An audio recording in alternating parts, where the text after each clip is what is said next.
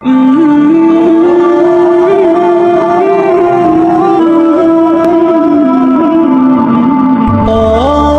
پیر صاحب آپ سے سوال ہے کہ کیا حضرت عمر، حضرت ابوبکر، حضرت عثمان نے حضور پاک صلی اللہ علیہ وسلم کی تدفین میں شرکت کی تھی؟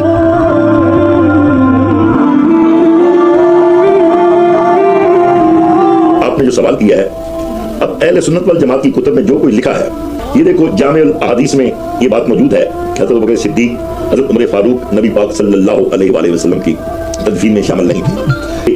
مسند امام احمد بن حنبل میں بھی یہی روایت موجود ہے کہ حضرت ابوبکر صدیق رضی اللہ تعالیٰ اور حضرت عمر فاروق رضی اللہ تعالیٰ آپ بھی آقا علیہ السلام کی تجہیز و تدفین میں شامل نہیں ہو سکے۔ اس کے علاوہ بھی روایات ہیں، کنز الامال مسند امام احمد بن حنبل کے علاوہ کنز الامال میں بھی یہی روایت موجود ہے کہ حضرت ابوبکر صدیق اور حضرت عمر فاروق یہ آقا علیہ السلام کی تدفین میں شامل نہیں ہو سکے۔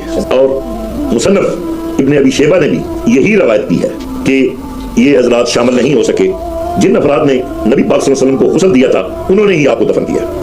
اصحاب رسول نے نبی پاک صلی اللہ علیہ وسلم کی تدفین میں کوئی شرکت نہ کی، مذکورہ افراد نے آپ کی تدفین کی۔